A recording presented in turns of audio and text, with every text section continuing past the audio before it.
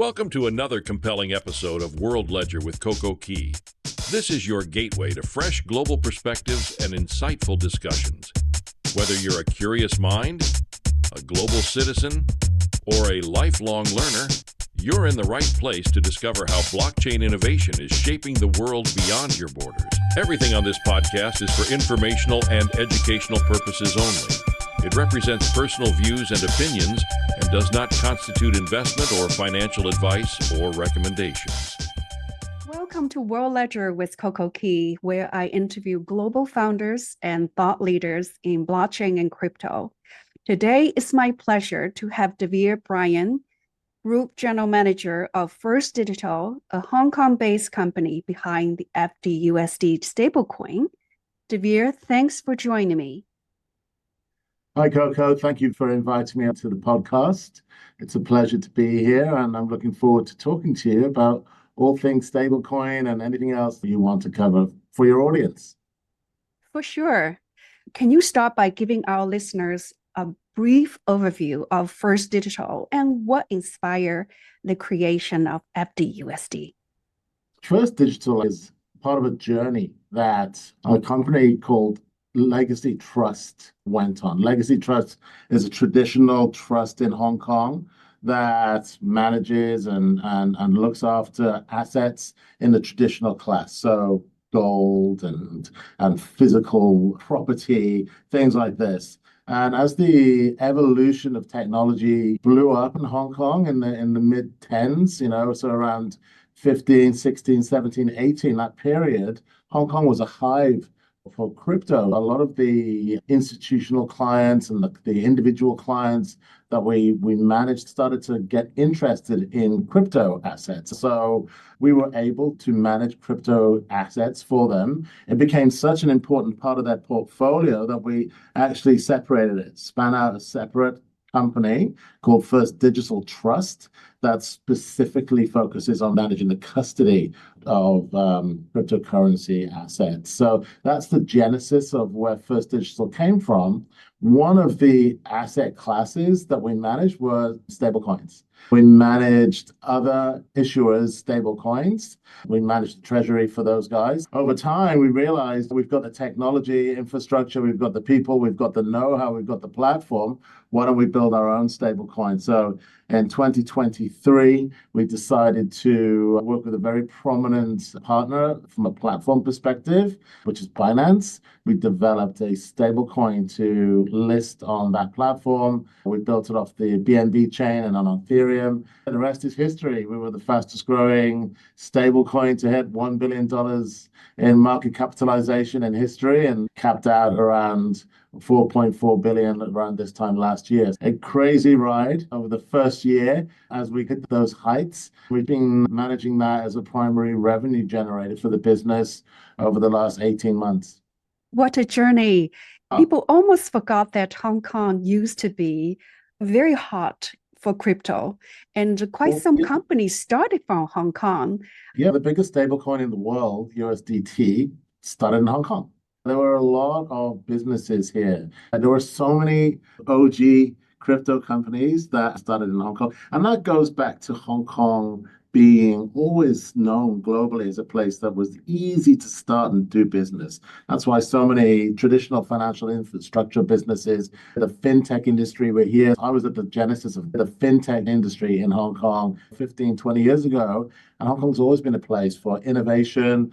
And it's great to see it now with the stablecoin bill being passed in Hong Kong. It's still there to be a hub for the future for innovation in crypto and in financial services. When you mentioned that First Digital worked with Binance to launch the stablecoin, in what way did Binance help First Digital? Binance work as a platform partner. You can build something, but if you don't have somewhere to host it or sell it effectively, then you're not going to be able to get any traction. So just like an e-commerce store would need an Amazon for a user to go and purchase it, Binance offers the world's largest exchange, and they created lots of pairs for us. And one of the ways that they really did help us was at the same time that we developed FDUSD, Binance actually decided to sunset their own stablecoin called BUSD. So we were able to benefit from them promoting us on the platform. FDUSD was probably the only one-to-one USD-backed stablecoin that was preferred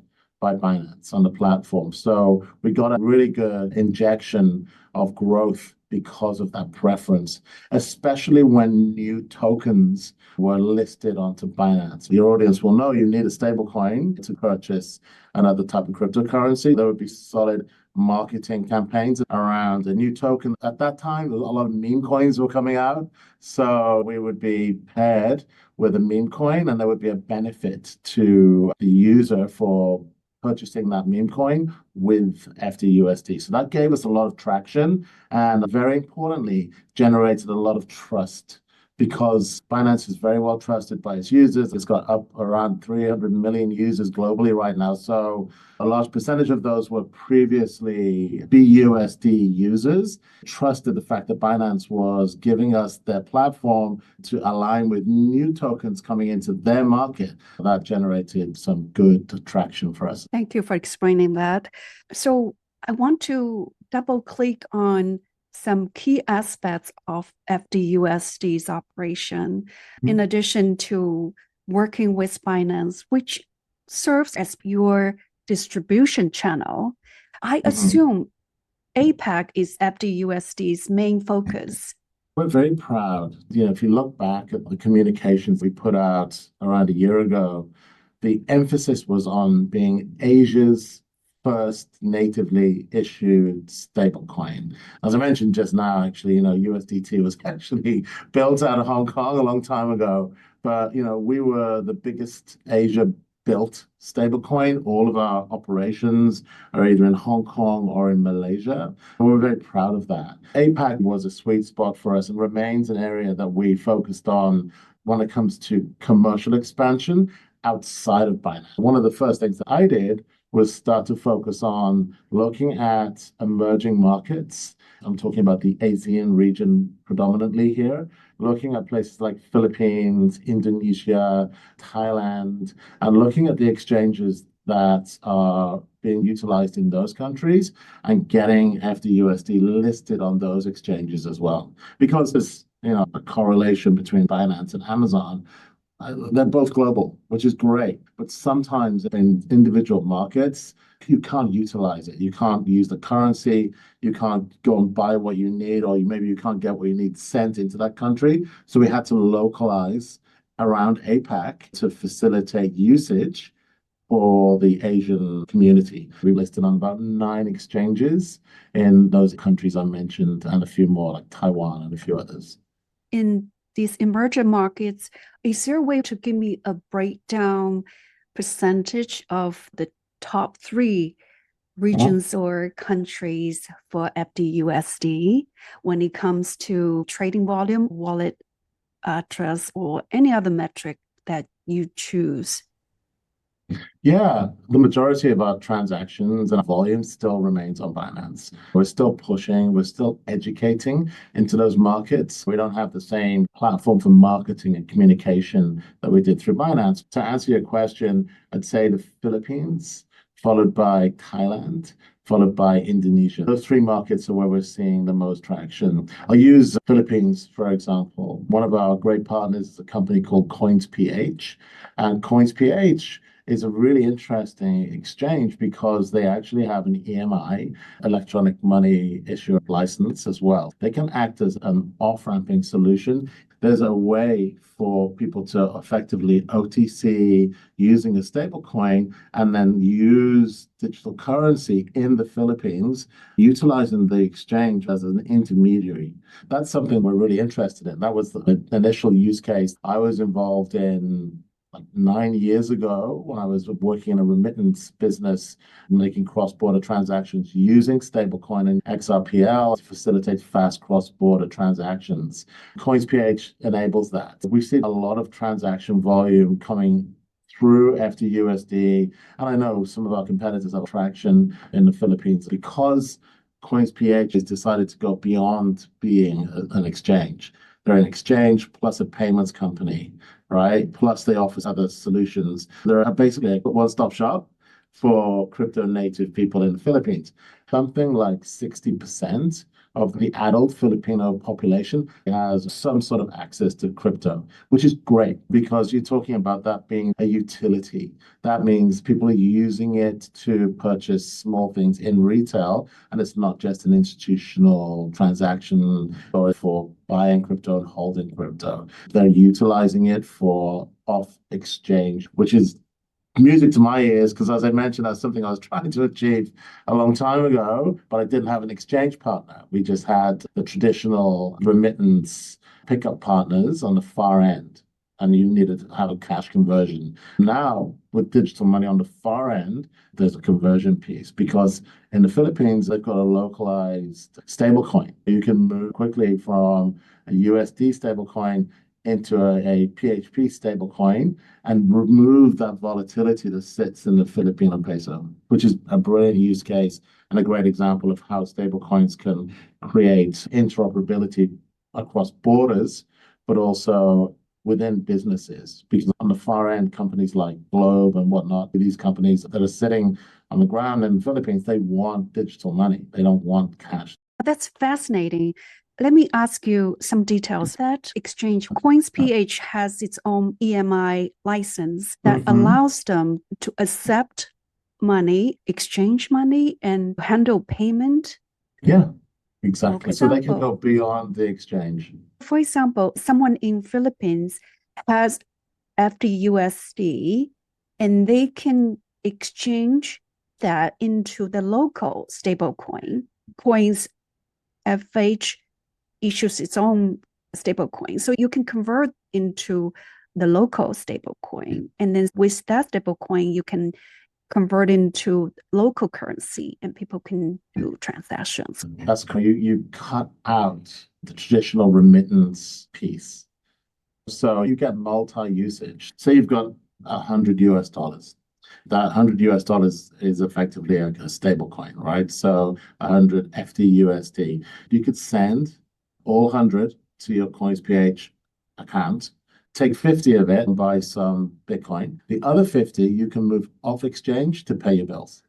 That's a great use case for people, right? If it's an OFW in Hong Kong or in Singapore, you can now have a savings. I'm not suggesting anybody do this, but you could look at it through the mentality of, I can put a little bit of my wages into cryptocurrency, right? And maybe get some growth off the back of that. But the other part of my wages I can put into the economy, right? Or straight into my family's hands to pay for food or utility. That's what I talk about when I say off exchange and it becoming a utility for everyday life. That conversion piece, Coco, exactly. That's what they're able to do. All we do is supply the ability to have that initial conversion from traditional currency into digital money, which in our case is FDUSD, but they can do it with any US dollar stable coin. I wonder, for stable coins, what is the majority of the utility, either as payment vehicle or remittance vehicle, or still more crypto native, supporting crypto native activities? What is the split? 50-50 from your observation and from FDUSD's case, what is the split? It's a great question, right? So I'll give you two answers. We're still very much utilized in the majority for crypto purchase on exchange activity. People using FDUSD to buy other cryptocurrencies. That's because we're younger and the majority of our availability, our liquidity sits in Binance and other exchanges. For some of our competitors that have been around for a bit longer, especially some that have now become regulated, those stable coins are becoming a little bit more endemic in things like payroll. right? I actually spent a bit of time a few years ago working for one of the world's largest EOR payroll suppliers, right? A company that effectively will look after hiring of remote talent and then managing the payroll on behalf of the actual hirer for that company. When I was there, one of our competitors has a strategic partnership with that particular company. I think something like 8% of the global payroll business was being taken as stablecoin. I spoke to somebody at that company recently, and now it's at over 30%. Okay, so being paid in stablecoins is becoming much more normalized, especially if you've got a regulated stablecoin in place. And for very similar reasons as well, Coco, that I just mentioned around the Filipino use.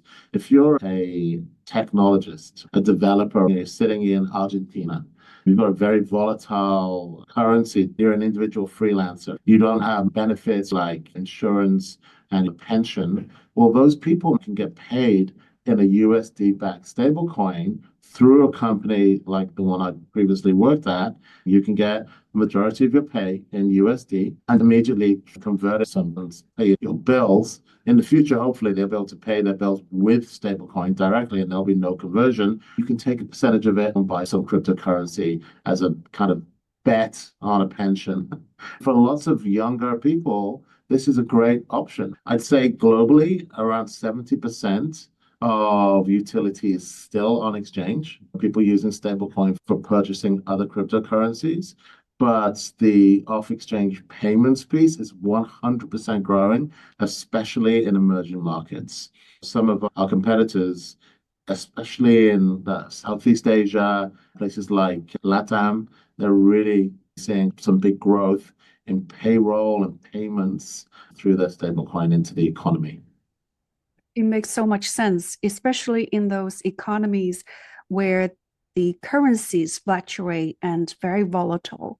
People would prefer to put savings in some stable coins pegged to other currency like dollar. And regulation really helps. We're unfortunately seeing terrible things like the FTX situation, right? Many governments around the world are putting stricter compliance in place to help ensure things like that don't happen again. People are becoming much more educated around hot wallet, cold wallet, taking control of their own money. Lots of positive change over the last 2 years. We entered the market at an interesting tipping point with FDUSD, just as people were starting to talk about new regulation coming in. And we've seen it all happen over the last 2 years. It's been very interesting to witness. I would love to spend more time talking about the regulation in the following conversation. One more question in my mind, burning question.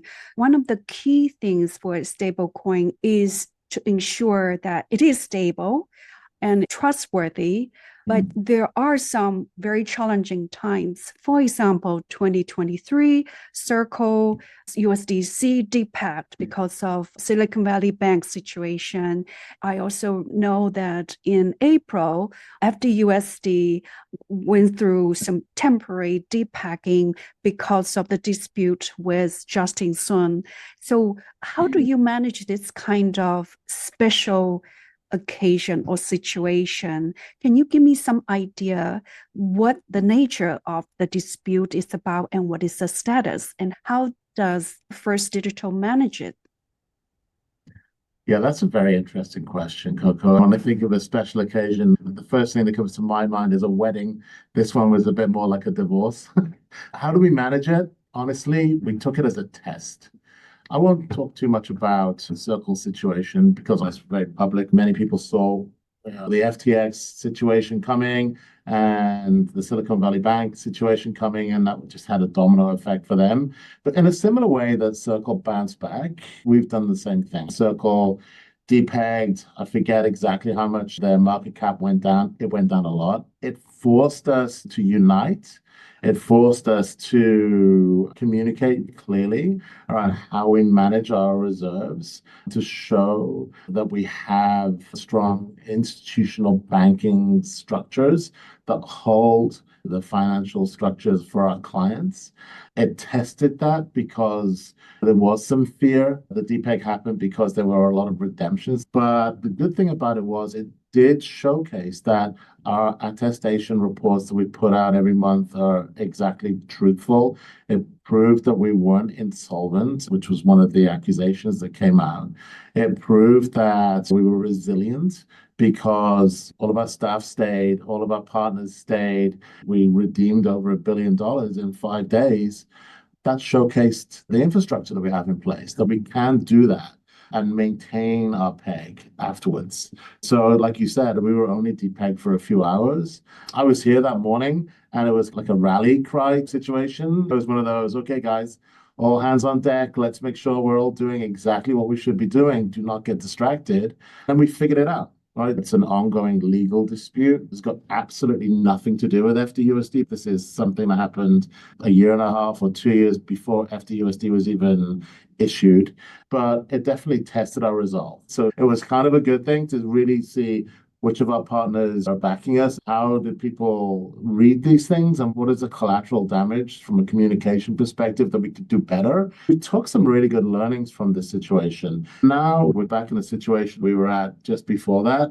Everything's working exactly the same way. We've added a few more strategic partners, listed FDUSD on a couple of new exchanges. We've deployed on TON and we've deployed on Arbitrum in the post-just-in-sun period. So I don't think we'll be deploying on Tron anytime soon. Outside of that, we really took it as a test. The rest is out there publicly. You can read about what we did. We put out some really good overviews of our financial position.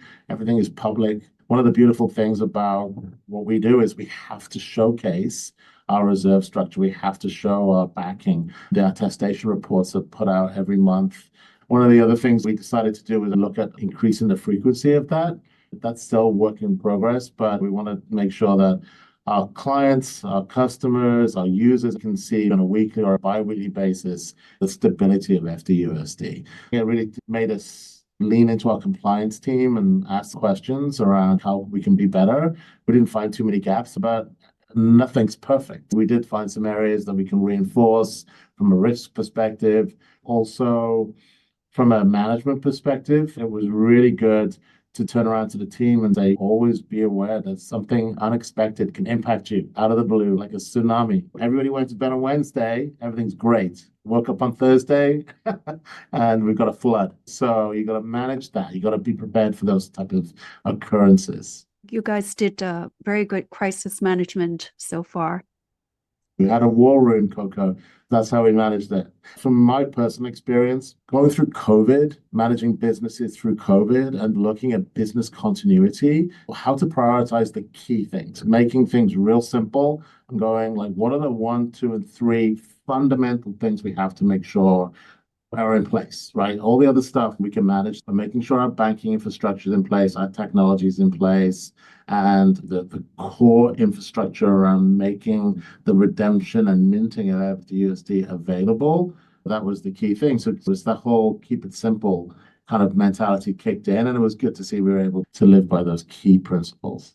It's a very good stress test for FDUSD, and you are well prepared for any future crisis. I know it won't be anymore. Hong Kong's Stablecoin Ordinance, which went into effect August 1st, it introduced licensing regime for fiat reference stablecoins. How has First Digital prepared to comply with the new requirements and apply for a license? And also, how about the Sandbox? I'm curious about Hong Kong Sandbox. The first mint of FDUSD happened in June 2023. The Hong Kong Sandbox, the first overview of what was required to enter the Sandbox, came out in November 2023. Because of the traction that we got, the quick growth that we got, by the time the first applications were available to join the Sandbox, FDUSD was already over $1 billion in market cap. By the end of December that year, we were at $2 billion. We were too big to go into a Sandbox. And the Sandbox was designed for an HKD stablecoin, which we didn't have in our roadmap. Our focus was on FDUSD. So we worked closely with HKMA. We spoke to them a lot. Everybody agreed that FDUSD is too big to go into the sandbox. The sandbox is there to kind of learn about how to issue a stablecoin and to get your first early partners, to work with the local Hong Kong exchanges. They also put out some fast licensing around that same time. That, again, those weren't our priorities. So we decided that we weren't putting FDUSD into the sandbox after a lot of consultation, especially with the MA directly. But we did consider whether or not we were going to develop an HKD stablecoin to put into the sandbox. But our focus was on growth and revenue, which came from FDUSD. As I mentioned, my focus was about expansion. I was interested in talking to people in Philippines, Indonesia, Thailand, and whatnot, getting us into these new markets and deployed on new chains. We deployed on Solana and a few other big blockchains at that time. Other people developed HKD stablecoins and created consortiums. We never joined that party. What does it mean for us? It means we have not gone through to get licensed in Hong Kong. We now have actually moved and decided that FDUSD is issued out of BVI, not out of Hong Kong. That's something we put in place just before the bill on August 1st came through. It doesn't make any difference to our clients or how you can get hold of FDUSD. It just means we're not under that regulatory environment. Our home is still in Hong Kong. I'm still based in Hong Kong. Our headquarters remains in Hong Kong. We operate a lot out of Hong Kong. FDUSD is now issued out of BVI. It's been a big priority over the last 3 or 4 months to get ourselves in a position to do that. Because what we didn't want to do was be in a position where we were issuing in a regulated environment and get ourselves problematic issues. I think the stablecoin bill in Hong Kong is a great addition. It's conservative, but it's really simple. It's relatively straightforward around education, full reserve backing. The redemption structure is really clear.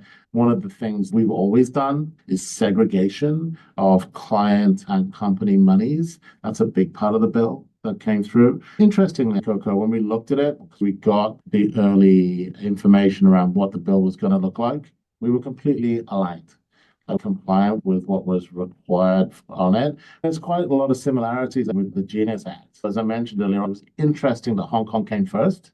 I think that was a great move by Hong Kong. This time last year, I was doing a lot of panels and people were asking me about who's going to be the Asian hub. Is it going to be Singapore, Hong Kong? Who's ahead? Is it MAS and HKMA? It's interesting that the competition piece is still there. From my perspective, putting guardrails, putting clarity, giving confidence is such an important piece because that's been its biggest concern. The biggest problem with crypto has been the confidence. It's always seen as high risk. There is still a lot of risk in crypto, like in any investment. You don't know if stock A is going to keep going to the moon or it crash. It could happen in any investment. But there are guardrails around traditional investments. There were never guardrails around crypto. It was kind of the Wild West. You go back 7 or 8 years, there was so much noise. This regulation is music to my ears. This gives the good actors a safe place to perform good work and create transparency, creates speed, efficiency.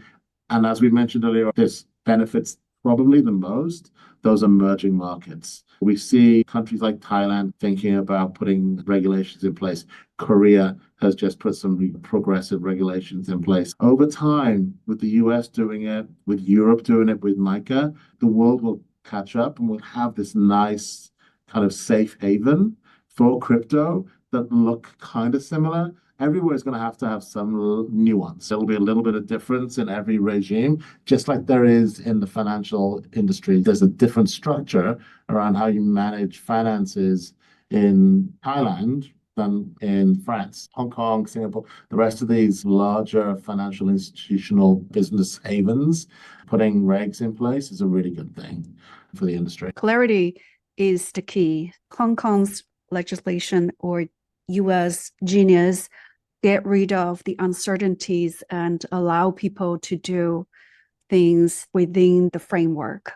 Quick question for you. If FDUSD will follow the BVI's standard and guidelines, will Hong Kong allow FDUSD or First Digital to operate in Hong Kong? We can still apply when we issue an HKD stablecoin in Hong Kong. That's just not on our product development roadmap right now.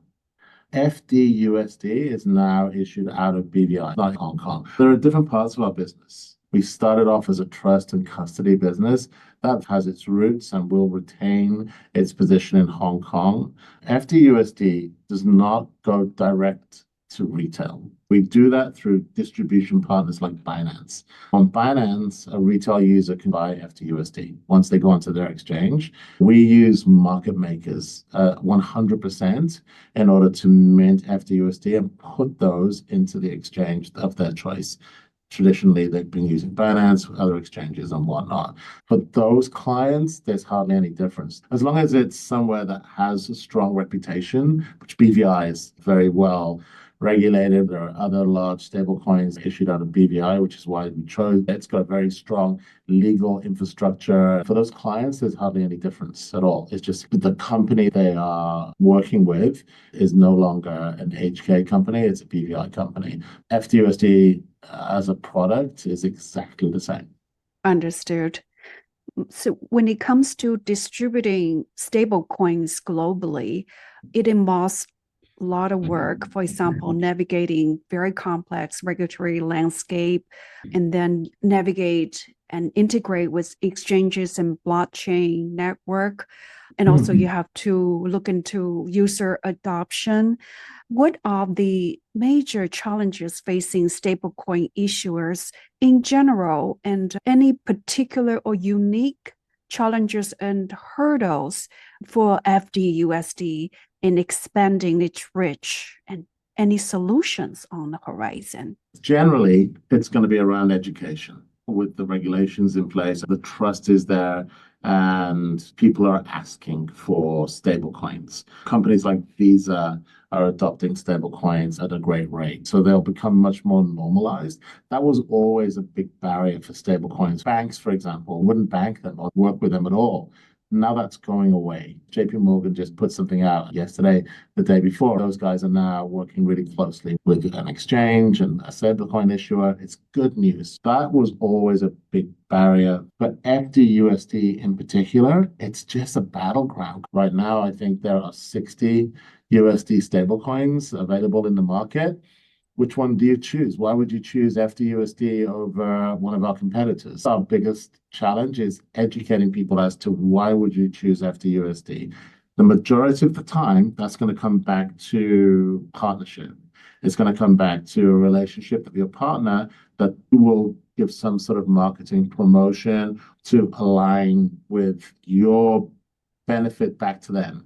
I won't get into the commercial agreements that we have in place, but if you can develop some level of commercial agreement with a distribution partner to have them promote you, then their users will potentially utilize your stablecoin. It's a battleground. Everybody understands that's the game. I was asked recently on a panel where I see stablecoins in the next 5 years. I do think that's going to create the long tail to drop off. The stablecoin summer, a lot of flowers came up in spring, and some of them are just going to die, unfortunately. Hopefully, it won't be FDUSD, but I think we're beyond that size. There are a lot of stablecoins sitting at $10 million TVL market cap of 50, 60 million, and they have been for a long time. They're not getting traction because people don't need a lot of the same thing. They need a couple of really good options. I think the two market leaders have done a great job of distinguishing their benefits. On one hand, you've got a very highly regulated US-based business that is now public. On the other hand, you've got a company sticking to the traditional ethos of crypto that's endemic, which is huge, and it's all over the world. It's available in most emerging countries. So you've got these two that have separated themselves from the pack. The job that we have, and probably 3 or 4 other stablecoin issuers, is to set our own narrative, put ourselves out there so we can show that we're kind of a blend. We want to be in this regulated environment, but we also want to be available as a backup if people, don't use product A. So that's a challenge. That comes down to marketing, trust within your partner network, and expansion. One of our focuses is getting licenses in different countries. We're working intensely on getting a license in different jurisdictions to become regulated in those geos as well. Hopefully, if we have a following conversation in the future, I can talk to you about how we're now regulated and give you a bit more clarity on what our plan is strategically. When I look at the stablecoins landscape right now, my concern is there is a kind of winner-take-all scenario going on. For example, USDT, the market cap is 165-ish billion. USDC, now less than half of it. Yeah. Athena rise pretty fast, like 3.8 billion, but still a long way to go to catch up with USDT. I'm curious and can't wait to see in 5 years how this landscape will change. When I hear things like that, it's good for me. Athena, their objective is slightly different. They offer some growth opportunity on the back of their product. But the other two that you mentioned, they're very, very similar to what we do. But when I look at USDT, for example, it's like you say, they're sitting at 160, 170. That is so small compared to the global fiat market cap. We're still, I know it sounds boring and like a cliche, everybody's saying it. We really are still at the beginning, right? So as things, especially with the regulations that are in place, as things grow, I would love to see USDT get to $1 trillion. I want that to happen. I'd love to see USDC get to 500 because it means that maybe we get to 50. And if everybody can grow, that's fantastic. That means the world is adopting digital currency. I think we're only around 10% of where the stablecoin market cap can be over the next 5 to 10 years.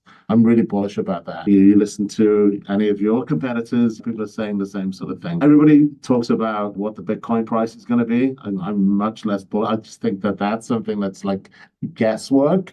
But I actually think with stablecoin growth, if it keeps going the way it is, with RLUSD that's come out of Ripple, and those guys have great opportunity ahead of them with Hidden Road purchase they made. There's so much trade availability for stablecoins in the future. I think the whole market cap will swell and grow, and individual stablecoins will have this speciality and will be a part of the mix.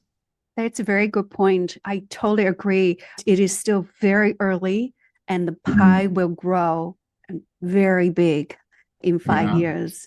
When it comes to the stablecoin operation, there's one issue that people brought up when they look at the balance sheet and operations of Circle when it went public. The revenue stream is very limited. They make a lot of money from the interest income of the reserves. And at the same time, they pay so much money to the distributor, for example, Coinbase. So if interest rate in the US goes down, that will eat into their revenue. And also Coinbase, it just keeps sucking out a lot of money from Circle because Coinbase is an important distributor for Circle. How would you think about this, and what kind of other revenue incomes that you might want to look into when you choose blockchain networks to distribute? Do you have to promise a lot of money, say, hey, I want to pay you X amount of money in order for you to distribute FDUSD? We don't do that right now, right? We're not paying people necessarily. We have very good deals with market makers to encourage them to mint FDUSD. So there are incentives that we put in place, almost like gamifying the minting. If they can mint a certain amount per month, they'll get some level of reward. We need to incentivize people to, like you would just do a staff member, a salesperson, right? You give them a target, and if they hit their target, they get some sort of incentives. We do that, and we build that into our P&L. How does growth come outside of the interest management we get from T-bills? It has to come from the off-exchange utilization. My background is in partnerships through payments, and that's where you can make money. If we can undercut and make efficiencies for remittance, for example, that can disrupt some of the traditional remittance companies, generating cross-border payments for trade or cross-border remittance for individuals, make it cheaper, but still get a clip on every one of those transactions, then you've got a new revenue generation that's got less to do with interest rates. Maybe with the new tariffs that are happening out of the US, there's something that, that we could benefit from as well. So we're investigating those options. We're actively working with payments companies to get ourselves in a position that we can generate new lines of revenue. Circle doing that. They just opened up their whole payments network partnership. They want to become that layer that offers a stablecoin for many payments companies to use the USDC as a utility so they can generate revenue. There's another way to do it through SaaS membership, right? Effectively, we could create a club, for want of a better word, right? And you're invited into the club. There's a monthly or annual fee, but then you get incentives and you get better fees, you get access to FDUSD at a great rate that can then be passed on to the user or held by the utilizer, which would be a payments company. I think as more local payments happen as well, people not going out and buying coffee with stablecoins just yet, but that's going to happen when local currency stablecoins come in place, especially in countries where there's a lot of volatility. That's a new generation of revenue for stablecoin issuers. There are green shoots, there are opportunities out there for companies to maximize. It's just going to take a little bit of time. What everybody's doing right now is keeping their fingers crossed that the 4% stays around that. Historically, just like in crypto, there's always going to be a summer and a winter. People seem to be forgetting that there's going to be a crypto winter at some point. We've got to be prepared for this. Usage continues when people are not buying crypto as much or are not using stablecoins as much, and that interest rate could shrink. Everybody needs to make sure they've got enough revenue to keep going until the next summer hits. As someone responsible for growing the business, how much effort do you put in identifying utility for FDUSD and how much into getting FDUSD into the crypto world? My role is split between three areas. One is growth, which you're talking about. One is partnerships, and that's like managing our existing partners, but also looking for new partners. And the other part is leadership, making sure our people understand what we're doing, why, when, and how. I spend a lot of my time thinking about growth because we have to think strategically and you're looking at the future. I spent a lot of time paying attention to what's happening with our competitors and what's happening in the market to find gaps. Where I've seen opportunities, other companies have focused on one or two big tickets and have left some small tickets open for us. Exchanges, for example, have applied for and pulled payments as part of their core infrastructure. We talked about Coins.ph earlier. There are other exchanges doing something similar. One of my priorities is to work with those guys because we know that there's an opportunity on exchange and that they're going to build an opportunity off exchange. Maybe we can get them to prioritize FDUSD to be that stablecoin that gives them the first issuance of currency on that new payments platform. I spent a lot of time thinking about how FDUSD can get more utilization in DeFi. We don't have a lot of utilization, especially compared to some of our competitors. USDC, for example, has a lot. There's an opportunity to gap there. Not everybody wants to use a regulated stablecoin. Finding an opportunity to make partnerships with companies that are like 90% USDC right now and the others are mixed up between everybody else, well, maybe we can take 5%. Right now, we got nothing. So let's focus on taking 5% of that market share and getting ourselves into 100 of those DeFi protocols. Then we've got a position where there's genuine sticky revenue coming from DeFi. The real world asset tokenization piece is now coming into play in a much bigger way. Staying aware of that, seeing how we can partner with companies that do orchestration, looking at companies that look at property development that need a stable coin as collateral is something that's coming out. Again, especially in the US with the trust that's being built off the back of the regulations. I spend a lot of time thinking about these things. If there's anything that keeps me up at night is the fact that we're overly dependent on exchange right now. So I want to make sure that, again, not to You've too many cliches here, but all our eggs are not just in one basket. You have to have distribution of availability, and then you can be in a safer position. You don't want to lose what you have in the basket, but you want to expand on what you have outside of that basket. My understanding is a lot of your business still relies on your partner of Binance. That's the key channel for your product. Yeah, like you said, this is not a copycat thing. Earlier on, the relationship between Coinbase and Circle, it's kind of similar. They've done a great job over the last 2 years. It's only been a couple of years, maybe last year, really diversifying away from Coinbase on top of the success they have with Coinbase and retaining that relationship. We love our relationship with Binance. It's key to our success and it will remain key to our success. But we need, as a company, to find new opportunities for us to grow the business. And that's what we're looking for in DeFi and other exchanges. And that's what we're looking for in payments. Two more questions before we wrap up. One is about the dollar-pegged stablecoin. Now, well over 95% of stablecoins are pegged to US dollars. Why is that? Do you think we'll start to see other fiat-backed stablecoins start to gain some meaningful market share, or it would take quite a while? People still love dollar. I think it's going to take a while, but it will happen. The easiest answer is the currencies that are pegged to the dollar. So HKD, AED, these currencies, countries that have a lot of institutional growth opportunity. The AED, for example, the Middle East, UAE in particular is emerging as probably the biggest growth area in crypto. There's a lot of outflow from Singapore into UAE at the moment. Strategic alignment happening between China, UAE, and Hong Kong. I think you'll see UAE stablecoins building out infrastructure in place already.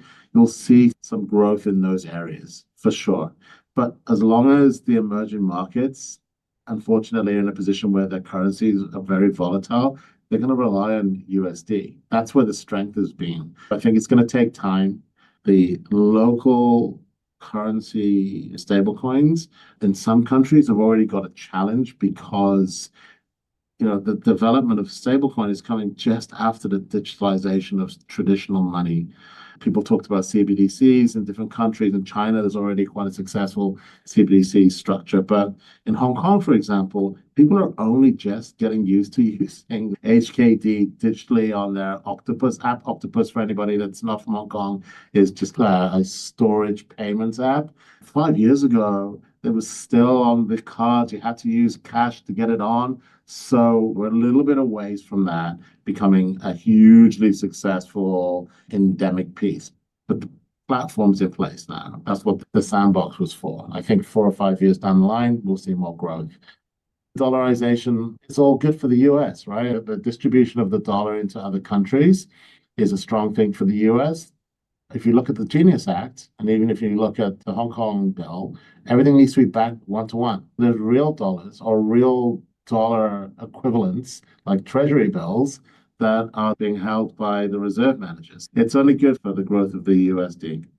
The Eurozone is an area I think that we'll see the biggest growth. Euro really needs to do a better job and develop more of the local infrastructure. I'm not based in Europe anymore, so it's not my position to push them. That's missing a little bit there, and let's see what happens. Sure. How about BVI? Is there any particular stablecoin related regulations or guidelines for operators or issuers? Not yet. There's not a bill that's out just yet. I think it'll follow suit. Cayman, BVI, Cook Islands. There's the ADGM in Abu Dhabi that's coming up. I think all of these will take a lot from what's happened with the Genius Act. There's still a gray zone that sits in some of these countries that are now going to feel pressure to put some meaningful regulation in place. We want to be regulated. We're not avoiding regulation by issuing out of BVI. We don't want to be in a position where we're against regulation and find ourselves in a problematic situation. So, as you mentioned earlier, some more around business continuation, that strategic alignment. There is definitely a strong legal infrastructure in BVI. The country itself will be developing something that will mirror the Genius bill very closely because you can see some of the competitors are already there. It's not just stablecoin. There's various other companies issuing products out of BVI. All of it will need some level of regulation. So, how can people find you? Are you on Twitter or LinkedIn? Yeah, First Digital, got a Twitter account, got a LinkedIn account. I'm active on LinkedIn.